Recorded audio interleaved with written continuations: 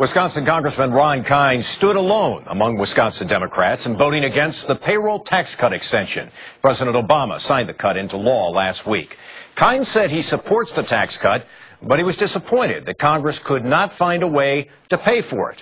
We're talking now about the tax cut and the expected recall election for Governor Walker with Democratic Congressman Ron Kind of La Crosse. Congressman, it's good to have you back on the program. Mike. Glad to be here. A little time has passed since your vote against the extension of the payroll tax cut. Have you caught any heat from your Democratic colleagues? This seemed to be something that actually Congress could agree on, but you voted against it. You know, it was important that we did it. You know, it was important that 160 million Americans didn't see a tax increase, especially with energy prices, gas prices going up and that. But I felt if we're going to do it, we should pay for it. It wasn't paid for, so I didn't vote for it. You know, Congress has a hard time from time to time finding significant spending cuts in order to pay for things. And it's exactly what drove us into this fiscal ditch right now. We have 80,000 troops in Western Europe guarding against a Russian invasion. That's not going to happen in our lifetime.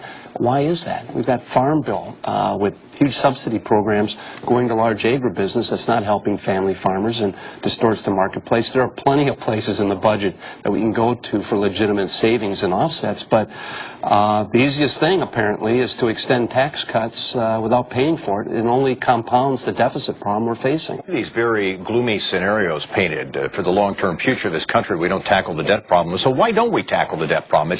It's staring us straight in the face, but we can't seem to get it done. Well, there was a lot of interest last year, and of course the president with his leadership tried to strike the grand bargain. And I think it's still there, but realistically, it's going to have to be a fair and balanced way of addressing the large-term structural deficits that we're facing. And any reasonable person taking a look at the numbers understands that it's going to require some additional revenue and some spending reductions. That's the grand bargain. But we have a party right now that's in the majority in the House of Representatives and virtually in the Senate with the 60-vote rule, that's taken off any type of revenue from any source for any reason, completely off the table. So it makes it very unrealistic. But ultimately, to get our fiscal house in order, you have to keep coming back to the major cost driver at all levels, which is rising health care costs.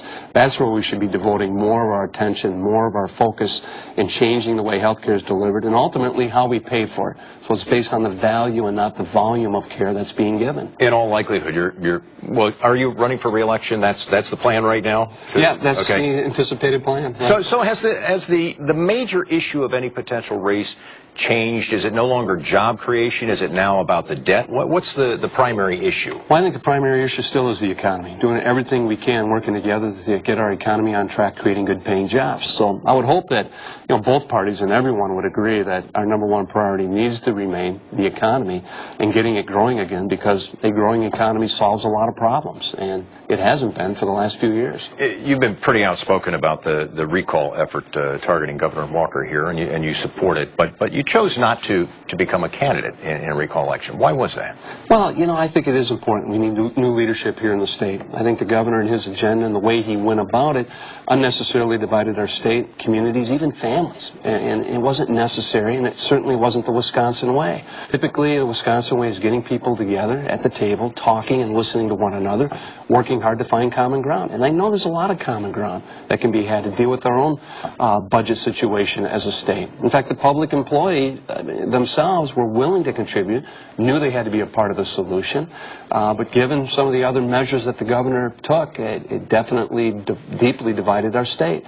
And now I hope we can find someone that can begin the reconciliation process that's desperately needed for our state, so we can be the model of economic growth and reforms for the rest of the nation. But why not you? Why couldn't you have been that person who could have done that? Well, a lot of it's timing. I have my focus right now representing western Wisconsin, my home area, in Congress, especially now with all the issues that we're dealing with, from the budget to security to the economy. I'm on a good committee right now that puts me right in the center of a lot of discussions, the Ways and Means Committee. I think one of the keys to getting a strong, vibrant, growing economy going again is comprehensive tax reform. We have a tax code that's a monstrosity, literally full of loopholes that powerful special interests have been able to get included throughout the years, and it's not working. It's not working for job creation. It's not working to keep us the most innovative and competitive nation in the world, and it's not fair to the average person. When you've got typical working families paying a higher effective tax rate than multi-billionaires are in our own country, they know just intuitively that's not right, and it needs to be fixed. And that's going to take a lot of work and a lot of focus, and hopefully we're going to be able to do it in a bipartisan way. 3rd District Congressman Ron Kind from La Crosse, we appreciate your time. Good to have you back on the program. Mike. Next, the man who